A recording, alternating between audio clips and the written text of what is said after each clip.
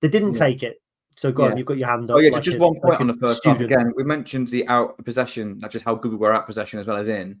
And this was someone, you mentioned Smith though, it just kind of popped in my head. I think Ali Smith, I thought, for the first time, really, if I'm honest, I saw what Ali Smith is all about without the ball.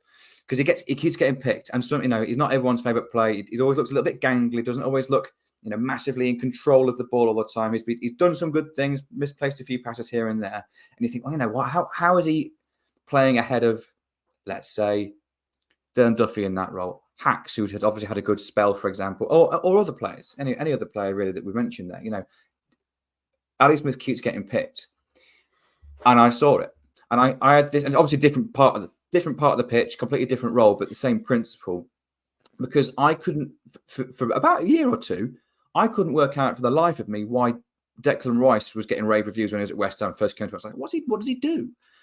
And then I finally watched the West Ham game properly, and you go, oh, I get it now. And it was nothing to do with what he did on the ball. It was everything he did off it, his awareness. And I saw it with Ali Smith yesterday. His tactical awareness was outstanding yesterday.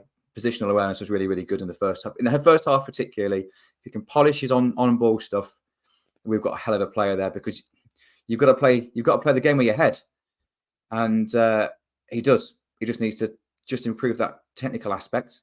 Our interview with Michael, he mentioned the 3-stage. You've got to see it, you've got to then make the right decision, and then you've got to have a technical ability to improve. And some players are good at some of that. Some players need works at other elements of it. For me, I've really noticed what Ali Smith is good at, like superbly good at, is he sees it, he makes the right decision a lot of the time.